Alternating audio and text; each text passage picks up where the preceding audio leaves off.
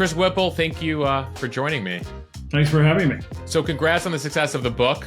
It seems like there's a whole slew of books related to the Biden administration these days. It's so interesting, too, because it felt like, compared to other White Houses, that it was one of the tightest when it came to leaks, at least for a certain period of time. So now it appears, folks around him are willing to talk. What is your take on that? I mean, is that sort of a natural thing? Kind of the presidency's over, and so people are more amenable to speaking? Or is there a feeling that they need to sort of write the history here? No, I think it was frankly just a lot of hard work on our part, the reporters who have written these books. In fact, I was on with Kristen Welker the other day, and she was like, how did you get these people to talk? The Biden White House was one of the most battened down, tightly scripted White Houses in modern history. I mean, I really felt that the communications team in the Biden White House was Nixonian in its contempt for the press, the way it would go after anybody who dared to buck the party line, which was that Joe Biden's age wasn't an issue. Thank you very much. And so that's a whole other subject we could get into. But I mean, I find that super interesting, actually. I mean, because, the rap from certain people in the media is this concern about how the way the Trump administration deals with the media. But he's probably taken more questions in his first less than 100 days than Biden took in a couple of years. So, but you using the term Nixonian to describe the Biden administration, explain what you mean by that. Yeah, I was comparing notes with Katie Kurricks about this the other day. I was on her podcast, and I told her the story about how when I was writing my first book on the Biden White House, the fight of his life, I asked for an interview with the president, and I was told, you can have it if you send your questions by email, and he will send you written answers. Well, I'd never heard of anything like that in the history of the White House. Yeah, for the average listener, that's not normal. That's not normal. It was very weird.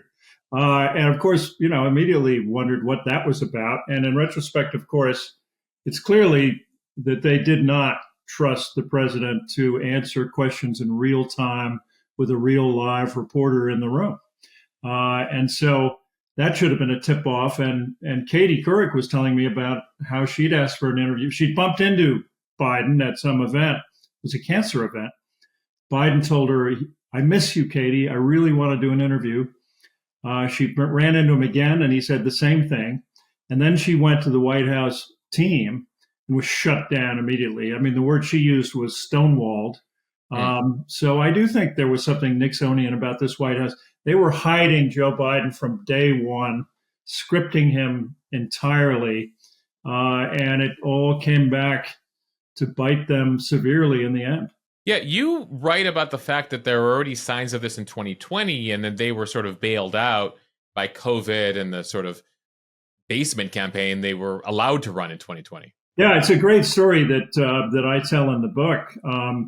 That you won't find anywhere else. I was able to find a former Democratic operative from the 2020 campaign who told me this story. She went to the White House for an interview for the 2024 campaign for a high-ranking position. She was in the Oval with Biden and his aides, and the conversation suddenly took an unexpectedly candid turn when one of the aides said to her, you know what? Back in 2020, we had COVID, which was a great excuse to keep him in the basement. What do we do now? They were open about this. They were open about it in this particular instance. And I was able to find her, and she told me the story. So what are the American people to make of, I mean, how should we be viewing the team around Biden, historically speaking? I mean, this is the most powerful position in the world. And the fact, not only were they doing this during the first term, but they felt like it was okay to run him like this and have 4 more years. Yeah, it's an unbelievable story. And I think it's Shakespearean with the twists and turns and betrayals, and ultimately it ends in tragedy. But it's so much wilder and stranger than the notion that there was a Watergate-style cover-up here. A cover-up suggests that you're hiding something that you know to be true. What happened in this instance was that some of Biden's inner circle were in this kind of fog of delusion and denial. I mean, some of them actually believed not only that Biden could run and win in 2024 and govern effectively for the next 4 years. Some of them thought he won that debate on June 27th with Trump, when any objective observer watching that debate knew that Biden was just incapable of waging a campaign, much less governing for the next 4 years. So it was this amazing ability of some of these advisors to believe what they wanted to believe instead of their lying eyes, in effect. What do you think causes that? Is that just because he is their meal ticket, effectively? You probably need a psychologist, somebody who understands the human mind better than I do to really explain it. I talked to Bill Daley, who's a great character and voice in my book. Daley is great. No filter. He tells you exactly. Daley also being a former White House chief of staff during the Obama years. Bill Daley was Barack Obama's second White House chief. And he told me that I said, look, Daley was complaining constantly to people in the White House, how could this blanking thing go on? How can you do this? It's clear that he's not competent. He's using teleprompters in a gathering with a few Irish guys on St. Patrick's Day weekend. This can't go on. How early did Daley realize that? I think he realized it very early on. He made a dozen visits to the White House to see a good friend of his who's a high-ranking aide, and he made the point that not once in any of those visits did anybody say, "Hey, why don't you pop in and say hello to Joe or the president?" Everything was scripted in Daley's view. But when I asked Daley, why couldn't these guys see what you saw? His answer was, you're in the bubble. You've crossed the Rubicon, as he put it. When you're breathing that rarefied air in the Oval Office or surrounding it, you can really lose your way. You can lose your ability to be clear-eyed. I asked Jack Watson, who's a friend of mine, who was Jimmy Carter's last chief of staff during his last year in office. Brilliant guy. Jack said, look, it's almost as though there's a magnetic force field in the West Wing. It's tremendous pressure to protect the president at any cost. And that's my best theory. So you mentioned the debate, and that's where you begin the book with the aptly, if you want to hook folks into a book, the introductory chapter is called "What the Fuck Happened to This Guy?" Yeah, exactly. And we're talking about the Biden debate prep. You take us inside Camp David. There's a number of descriptions here. Fatigued, befuddled, disengaged. Take us inside debate prep ahead of the infamous debate here. What were they quickly realizing about President Biden? It's an incredible story. And again, you can't read it anywhere else because Ron Klain, who was in charge of debate prep, one day just spilled it all out to me and walked me through it in devastating. Right. I was surprised to see his name attached to this. This is typically stuff you would tell a reporter, anonymously. Yeah, typically, particularly in the Biden White House, typically everything was on deep background, requiring approval of quotations. And in this case, Ron really just let it loose. This was after he was, of course, out of the White House. It was after the debate. It was after Kamala Harris stepped in at the top of the ticket. But anyway, he told me in devastating detail what this whole 5 or 6 day period was like at Camp David preceding the debate.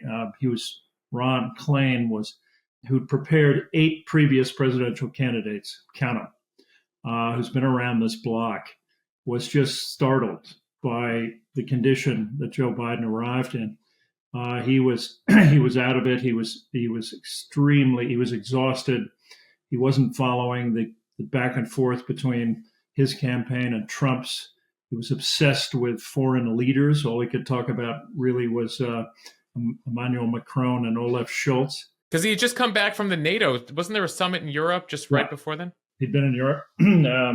He kept talking about how, Macron Schultz think I'm a great president, so I must be. And this went on, and I could go on, but I tell the story in day by day detail of the rehearsals that they had that were cut short. Steven Spielberg and Jeffrey Katzenberg were involved early on. Katzenberg was there the whole period, what was Katzenberg doing there? Trying to coach Biden with his body language. That didn't work out so well. At one point, Joe Biden says to Klain, "I've got an idea." And Klain says, "What's that?" And he says, "If I look perplexed when I'm on camera, when I'm listening to Trump, they'll think he's an idiot." To which Klain replied, "Sir, if you look perplexed, people are just going to think you're perplexed, and that's the problem we have in this race." So here you have this devastating portrait that Ron Klain paints during that whole pre-debate prep period. But now fast forward to not only through a debate that was disastrous, not the bad night that Biden's handlers tried to portray it as, it was disastrous, the worst debate performance ever in a presidential showdown. Fast forward to 3 weeks later, before Kamala Harris steps in at the top of the ticket, Klain is fighting a private, behind closed doors battle to keep Joe Biden at the top of the ticket. How do you explain that? I mean, the New York Times book reviewer said in its review of my book, which was otherwise a terrific review, he said, Whipple doesn't reconcile the two Ron Klains. Well, he was right. I plead guilty. I'm not sure Sigmund Freud could reconcile those two Ron Klains, the one who presided over the debate prep and a disastrous fiasco of a debate. And Klain admits afterwards that he's not one of those who was in denial about the debate. Exactly, who's now quite candid about it and honest about it. And the guy who thought that Joe Biden needed to rally the progressives and go out on the White House lawn and somehow save his nomination. The two, you can't reconcile those two guys. So even by the standards of the Biden presidency, the Biden that they had seen through 2021 and 2022 and 2023, they were shocked by what they saw at Camp David. Yeah. And again, I would urge readers to pick up the book, read about that debate prep session in Ron Klain's words, not mine. And he hasn't challenged anything I've reported. He's challenged the quote unquote framing, which we can talk about if you want, but he hasn't challenged anything. And right, he's very specific with his critique of the book, right? It wasn't that you misquoted him; it's the framing of the quotes. Yeah, the framing, in Ron's view, is hard to understand. Insofar as I can understand what he's saying, well, what he says is that, listen, I wasn't challenging Biden's mental acuity. I was challenging how out of touch he was because of his staff. He never refers to Jeff Zients, his successor, by name, but he's pretty clearly talking about Zients and his team, how they'd been too focused on foreign policy somehow, and that this resulted in Joe Biden being the shell of a candidate he was that week before the debate, including a time when he got up, walked out of Aspen Lodge to the swimming pool, sank into a lounge chair, and fell sound asleep. And somehow I got the framing wrong. That's Jeff Zients' fault, and it makes no sense to me. And I have huge respect for Ron Klain. I think he was a really brilliant White House chief of staff, and so it's puzzling. So this leads to the question. You're talking about debate prep, but for many out there, they're wondering, well, who was leading the country these past few years? I mean, did you get a sense of the dynamic in terms of policy decisions? Like, how did the first term of Biden function, given some of the concerns people had about how the president, whether he was up to it? Well, look, there are two different Joe Bidens. There's the Biden in public and on the campaign trail, and there's Joe Biden behind closed doors in the White House. And I think it's an important distinction. You can't, if you're a believer in what Karl Rove calls a gigantic conspiracy to cover this up, and if you're arguing that Joe Biden was somehow Woodrow Wilson, incapacitated while others ran the country. Right. Woodrow Wilson famously, his wife basically ran the country. The first lady ran the country for the final part of his term. Yeah, his wife Edith Wilson was running the country essentially while Woodrow Wilson was incapacitated after a massive stroke. Joe Biden was no Woodrow Wilson. Behind closed doors, you cannot explain away or dismiss the fact that I can tell you countless senators I've spoken to who went and saw Biden at the White House and found him to be on top of every detail and nuance of Middle Eastern policy. On the morning that he abdicated, that fateful weekend of July 2021, Rehoboth Beach, when Steve Ricchetti and Mike Donilon, his top aides, arrived to hammer out the statement, Biden was on the phone parsing the details of a complex multi-nation prisoner swap. Mike Donilon, who was his alter ego, really his closest aide in the White House, swears up and down that he never saw the president mentally diminished or unable to do the job. I'm talking now about the job behind closed doors of being president and not the job of campaigning. So you can argue that Donilon is lying, Donilon is deluded, but he will look you in the eye, and I'm telling you, if he's lying, he deserves an Oscar because he's convincing that he believed that. Donilon believed it. This is why I say there was this incredible phenomenon of the president's closest advisors being deluded, because Biden had no business running for re-election nor governing at the age of 86.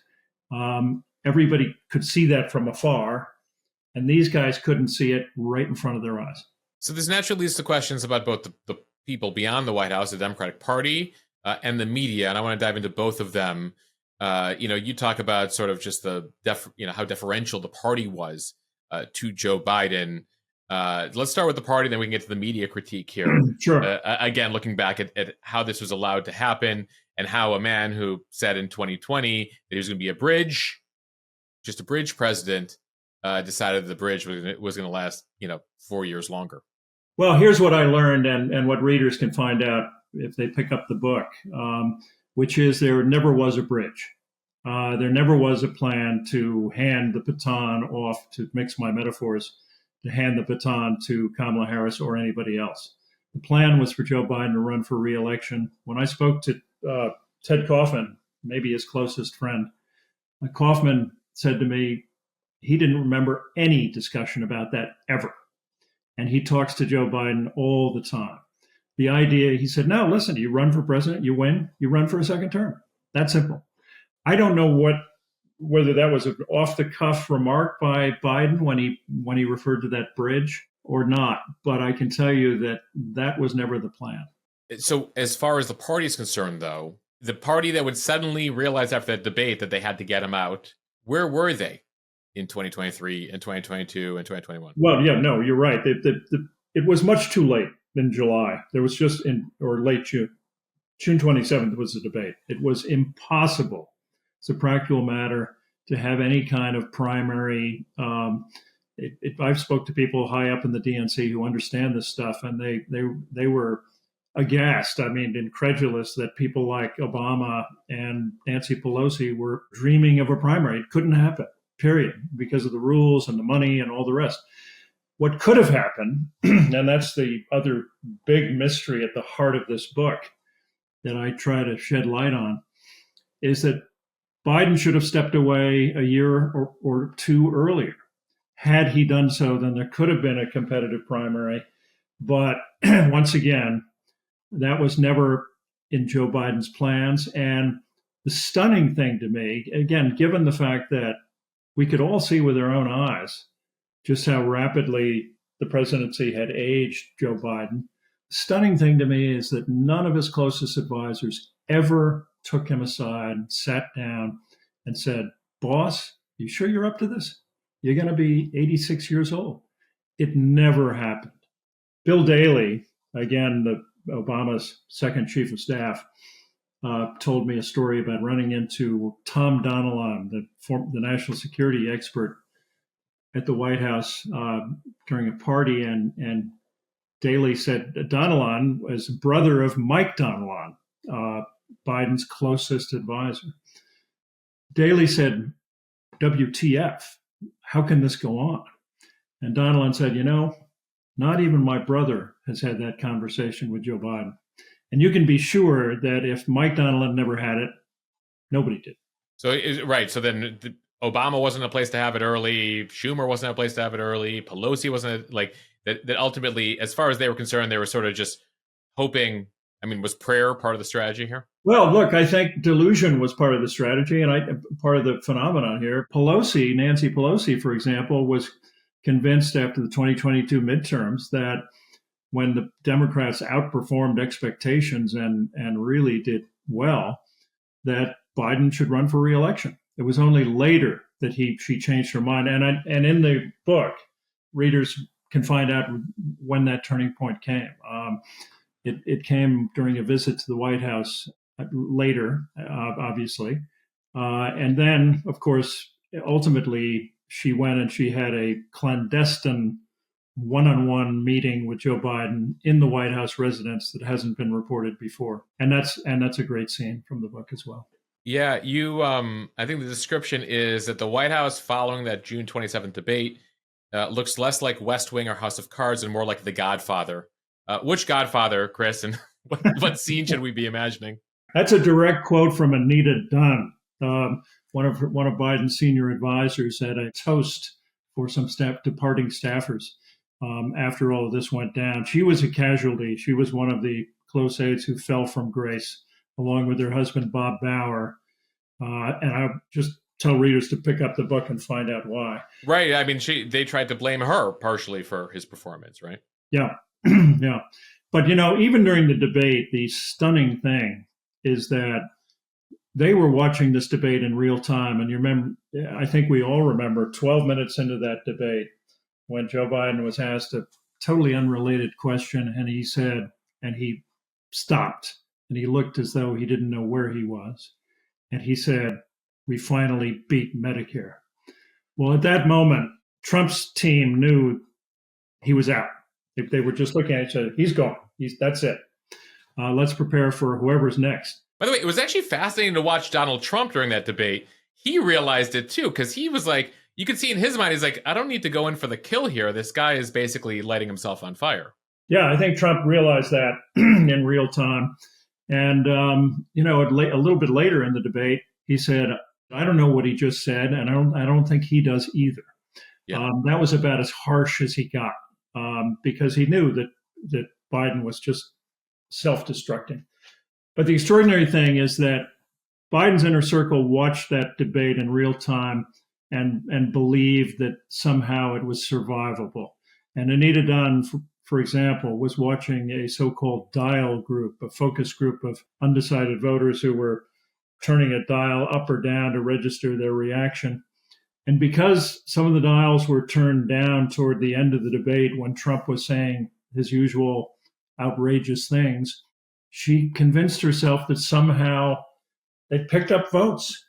I mean, just stunning loss of common sense and inability to see what was happening right in front of their eyes. So the Godfather unfolds there in the subsequent weeks.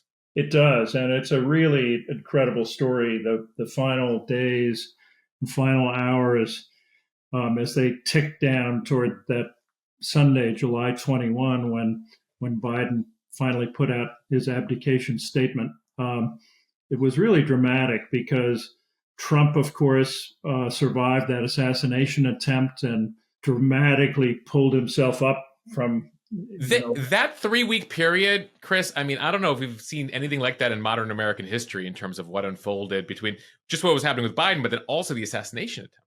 Unbelievable. I think you'd have to go back to 1968.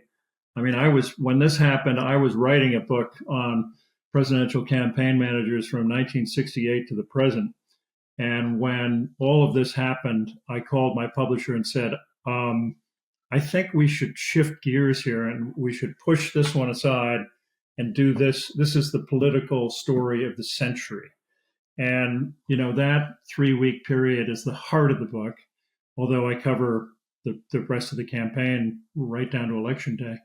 And it's full of, as I said before, betrayals and intrigue and backstabbing, including a kind of showdown between Biden's former chief of staff, Ron Klain, and his then chief of staff, Jeff Zients. Klain accusing Zients of an avoidable tragedy, as he put it. Klain thought the presidency could be saved somehow, although it wasn't clear how. He thought maybe he could rally the progressives and walk out on the White House lawn and save Joe Biden's presidency. I said to him, wait a minute, all the party, you really thought that by rallying the progressives that you could somehow prevail against all the party leaders, Nancy Pelosi, Chuck Schumer, Hakeem Jeffries, and all the others. That would have been a pretty bloody fight, no?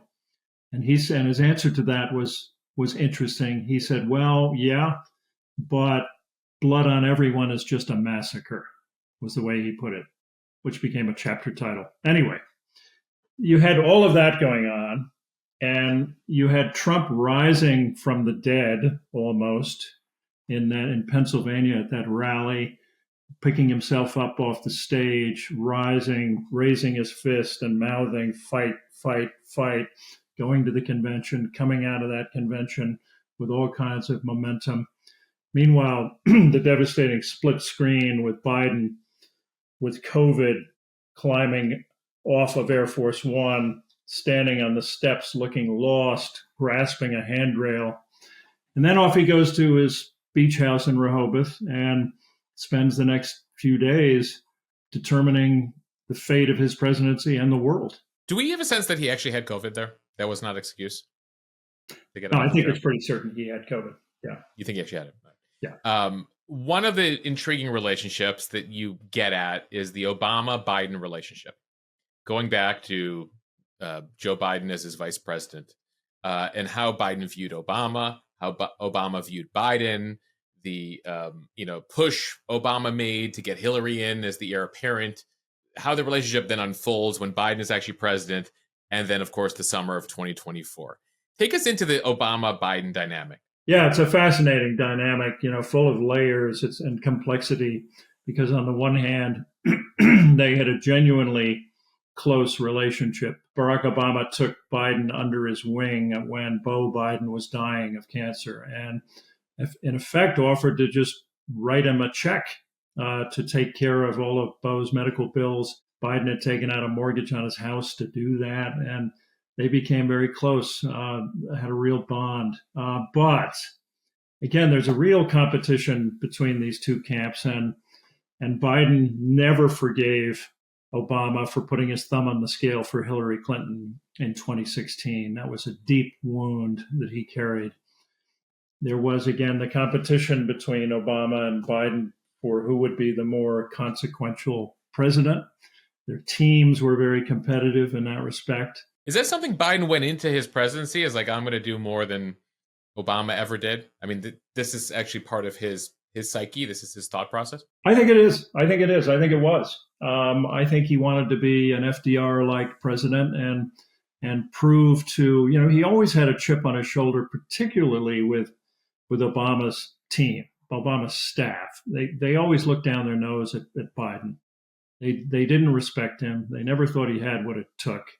And at one point, David Plouffe, one of Obama's key people, was dispatched to go and explain to Joe Biden why he couldn't win in 2016. And Plouffe went and sat down with him and said, look, Mr. Vice President, you don't really want to end your career in an Iowa hotel room finishing in fourth place, do you? He was furious. Biden was just absolutely furious about this. And anyway, this competition was there too. But I think that at the end of the day, as the walls were closing in on Joe Biden in his Rehoboth beach house that fateful weekend, the thing that bothered him more than anything else, according to one of his best friends, was that Barack Obama never picked up the phone. He had called Biden after the debate in a kind of perfunctory way and said, hey, we all have bad nights. I had a bad night against Mitt Romney.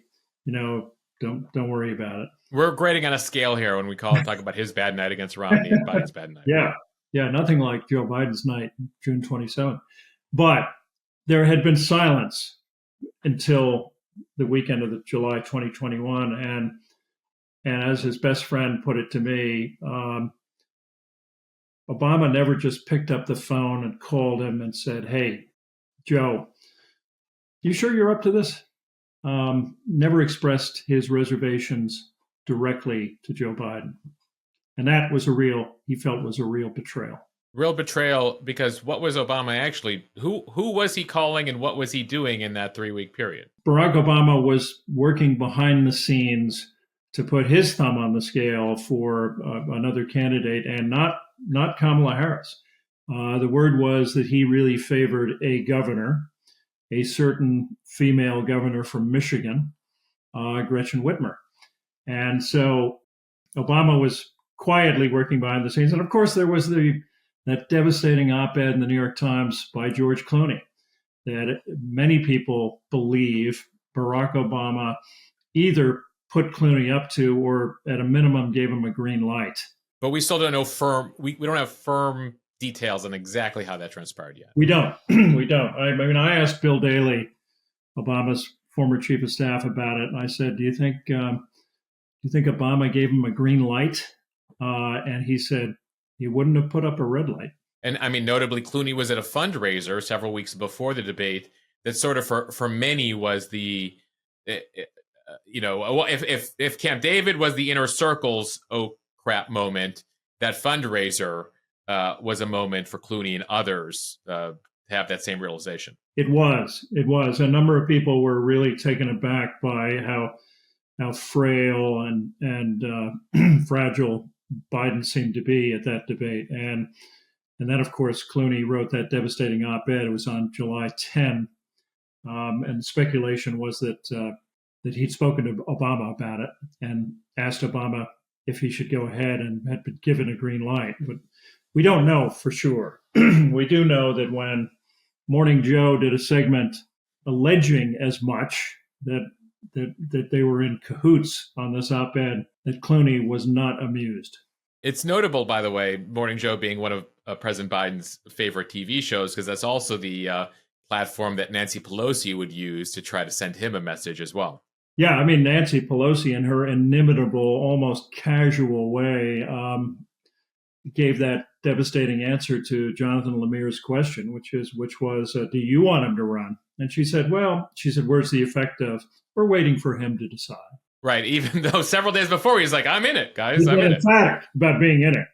But she masterfully put the ball back in his court, knowing that the pressure was going to soon be overwhelming for him to step aside. So we've talked about the party here. The next group of people we want to talk about here is the media.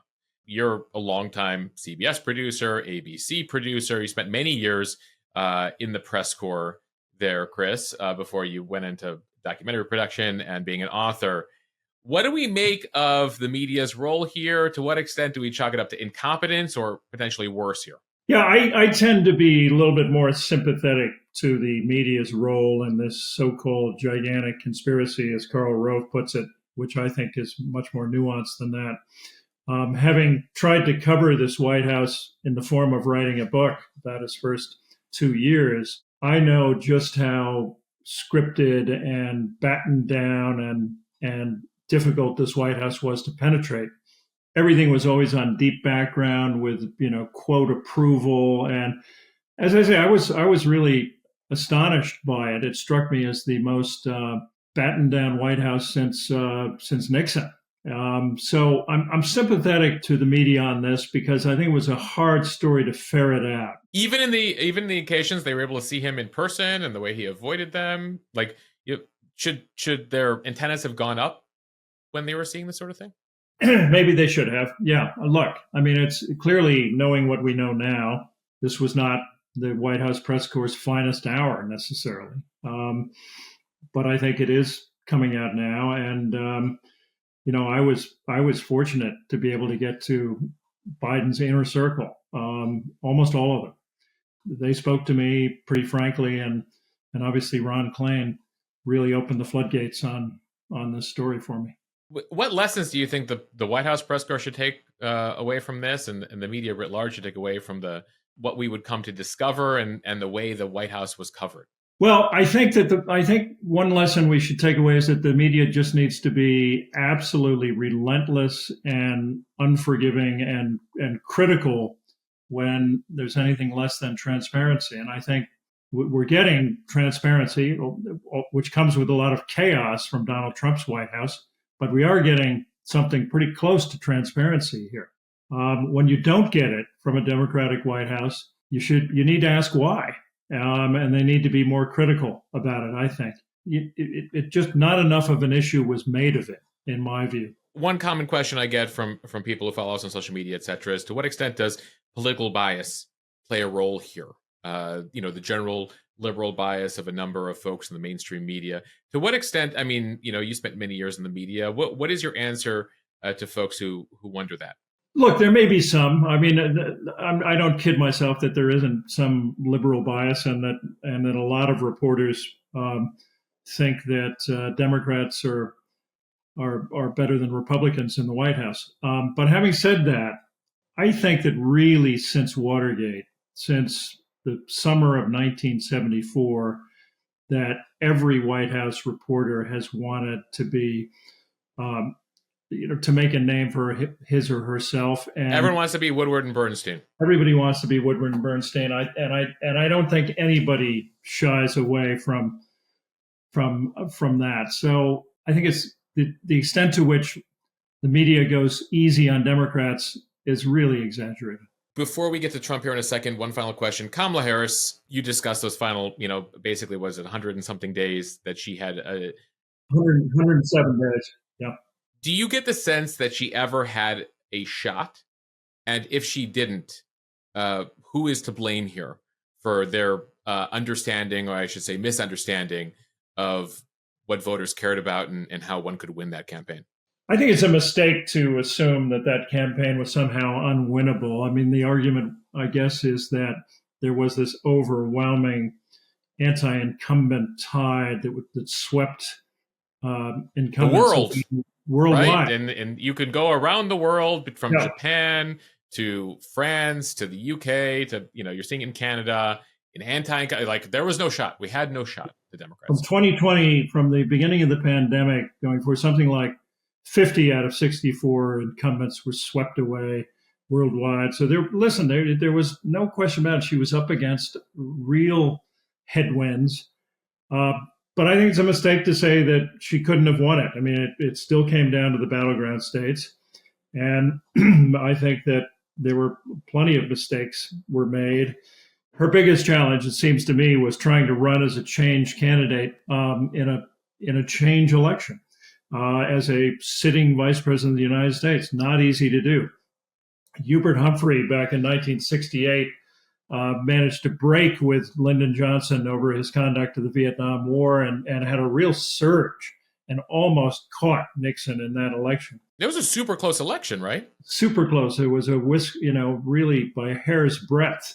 Kamala Harris was never able to create any distance between herself and Joe Biden, and most infamously when she appeared on ABC's The View and the $64,000 question that she'd been prepared for 7 days to Sunday was thrown right over the plate, and she whiffed completely.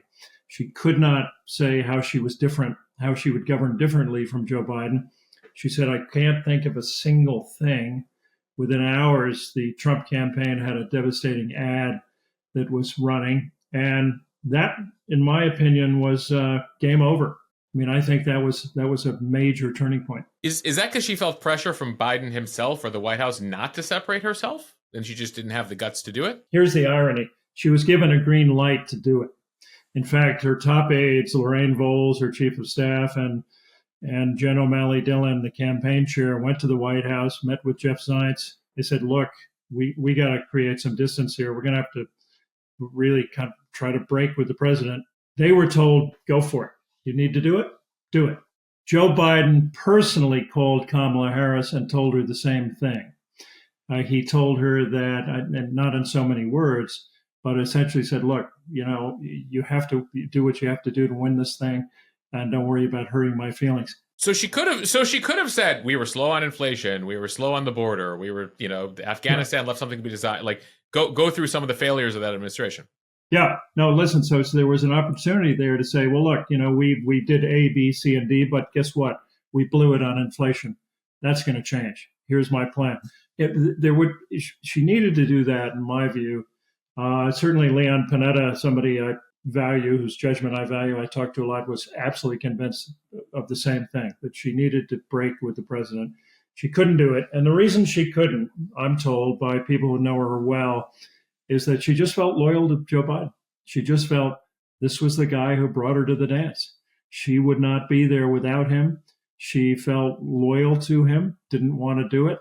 And, in Leon Panetta's view, that's just, you don't win races, you don't win the presidency that way. It's remarkable, if that's one theme I've taken away from your first book and this book is just the idea of loyalty. And the significance of loyalty when it comes to a White House, both for good and for bad. Yeah. Well, and in my first book, The Gatekeepers, about the White House chiefs of staff, of whom Leon Panetta was one of the best, I described the most important duty of a White House chief, and this would apply also to his inner circle, is to tell the president what he doesn't want to hear. Panetta was great at that with Bill Clinton. James A. Baker III was pretty good at that with Ronald Reagan. In Panetta's view, one of the failures here, and it was a failure of leadership across the board, but starting in that inner circle, as he put it to me, there just wasn't a grown-up in the room who could sit down with Joe Biden, look him in the eye, and say, "What the blank are you doing?" What was the role of Jill Biden in the end? I mean, there's a lot of import that is given to her. I mean, was she the person? Well, there was that stunning moment right after the debate back in the Atlanta hotel. You answered all the questions, Joe. Where she said, "Viewers, you answered all their questions." It was stunning, and it's in how wrong it was, that her description of the debate. And you would think that anyone's wife at that point might be saying, "Let's go see a doctor," or "Are you sure you're up to this?" But we can't know what happened behind closed doors. Maybe she had that conversation, but I doubt it. Given that dramatic misreading of the debate that she gave publicly, she was. It seems to me she's always with Joe, supportive of him, no matter what he wants to do. He always described her as his reality check, as somebody who didn't really talk about policy so much as come home to him at the end of a day of teaching and say, "You know what, Joe, here's what people are really talking about." In this case, you have to wonder whether she ever said to him, "Joe, a lot of people are wondering if you're just too old to do this." We don't know for sure. All right, I want to get to Trump here. You've written that his first term in office was one of the most dysfunctional in modern history. I'm struck by, I was just there a couple of weeks ago talking to a bunch of advisors, press team there, comparing the first one to the second one and just how different this one is. What have you noticed about Trump 1 versus Trump 2? And why do you think this one has been so much more efficient and organized versus the first time around? I'm not sure I'd agree with that. I'm not sure that Donald Trump has learned much of anything about governing, to be honest with you.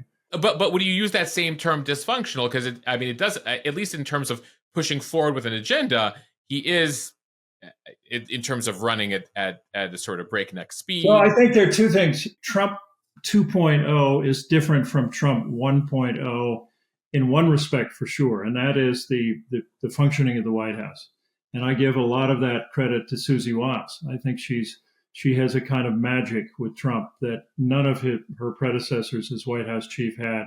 Certainly not Reince Priebus, John Kelly, Mick Mulvaney, or Mark Meadows. He went through, as we know, chiefs at a pretty rapid clip in his first term, which is one reason why he wasn't very effective in getting things done during his first term. This time around, while I think the White House functions much more effectively, I think we're still seeing the same Trump, same as the old Trump, a guy who can't really prioritize, who throws a lot of stuff at the wall. There's still policy chaos, and the tariffs are Exhibit A. Is there a strategy to that, by the way? The whole Steve Bannon throw a bunch of shit out there quote? No. Always a mistake to think that there's some kind of four-dimensional chess going on here. It's Trump. Trump is being instinctive, reactive. He's never believed in, grand strategies, or, thought two or three moves ahead. He does things in the moment. And that's what made life so difficult for his previous White House chiefs of staff. Susie Wiles, and I've spoken to her a number of times since she's taken the job. The first phone call she made was to James A. Baker III, Reagan's quintessential chief, who told her what he tells everybody in that job: congratulations, you got the worst blanking job in Washington. And in her case, you can multiply that by 50, as Reince Priebus once told me.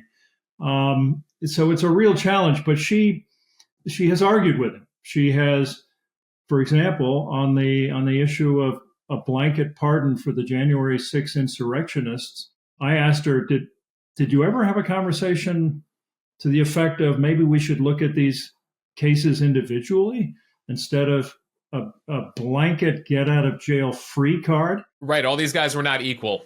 To which she said, we had exactly that conversation. And that's what I said to him. And I lost that one, and tie goes to the president. She has said, for example, I'll give you one other example. She said, I said, maybe we shouldn't talk about tariffs today until we're united on this issue. There are a bunch of people running around in that White House, Navarro and others, who are tariff fanatics, really nutcases. And they enable Trump's most extreme instincts on tariffs. And so anyway, by my view, is they went flying off the cliff with their flag flying, and Navarro and Trump, and the bond markets blew up, and Susie Wiles and Musk had to reel them back in. That's the way policy is made. And it's not very different from the way it was made in Trump 1.0. How is Susie managing? You describe them as an odd couple, and that there's an interesting dynamic there, personality-wise, in that they both had challenging fathers, the president and Susie Wiles. So Susie Wiles is a really fascinating story, and it goes all the way back to her childhood. The daughter of Pat Summerall, the legendary sportscaster, who was also an alcoholic. And so I think she'd be the first to tell you that dealing with her father gave her a kind of ability to deal with difficult men. Trump is not an alcoholic, but he's addicted to power and money and attention. The children of alcoholics are super sensitive to what they can control and what they can't. Not to play armchair psychologist here, but there's a kind of Zen quality that in dealing with Trump that works. And he trusts her. She has a certain ability to impose some discipline, not maybe much compared to other presidents, but some discipline on Trump's natural chaos. So how do you see this plan? I mean, we're still early on as we speak here. We're less than 100 days into this administration. There's been the Elon Musk dynamic, which is a very unique dynamic. This go around. What is your sense from, are you already writing your next book here, Chris, about this administration? What is your sense of how this is unfolding, what the tariff situation may have done in the last week in terms of how this White House is functioning? Especially as, it also gets back to the idea we talked about earlier of loyalty, that the president has made a point this go around of trying to ensure that the people around him are much more loyal to him personally than what he had the first time around. Well, I think that's true. I do think he's surrounded by a lot of enablers and people who are hell-bent on carrying out some of his retribution and his revenge agenda. So I think that puts all the more pressure on Susie Wiles, the White House chief. More than ever, Trump needs a White House chief of staff who can tell him hard truths. And she's going to have to pick her battles carefully, but she's going to have to pick the right battles. For example, I think that maybe the most important conversation she'll have to have with him is about whether he ultimately respects the courts. Obviously, that's a huge issue, and I think I think that'll be really telling. But I think Wiles is going to be unlike her predecessors during Trump's first term. I don't think she's going anywhere soon, and I think she gets less attention than she deserves. I really think probably the three most powerful figures right now are Trump, Musk, and Susie Wiles. And is Musk?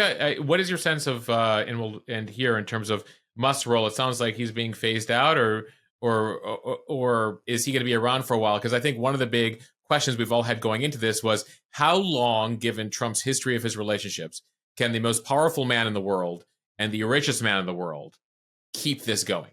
Yeah, look, it's a question that is probably above my pay grade. I can't predict the future as far as their relationship is concerned, but I know it's been a challenge for Wiles. She's had to call Musk in a number of times and try to talk sense into him, and did so early on with the USAID issue.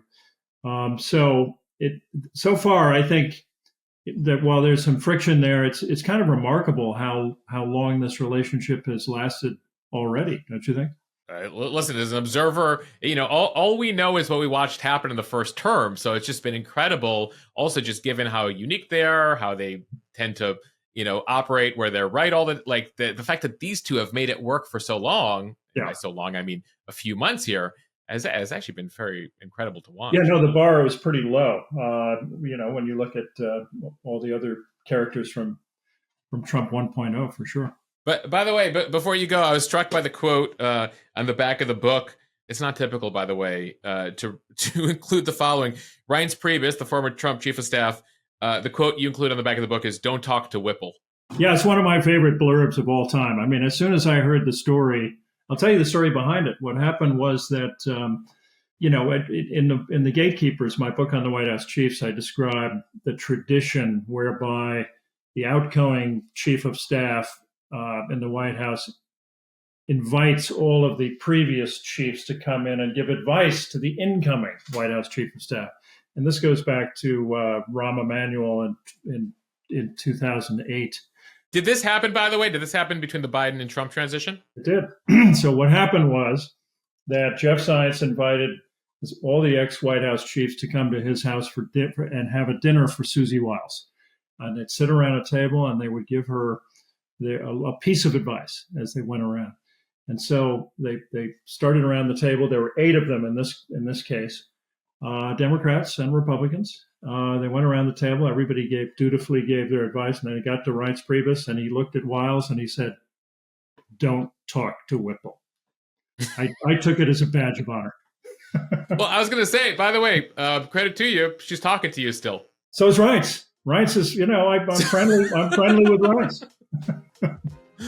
All right, so there you go. He won't even take his own advice. Chris, thank you for this conversation. This has been fascinating. Yeah, I really enjoyed it. Thanks a lot.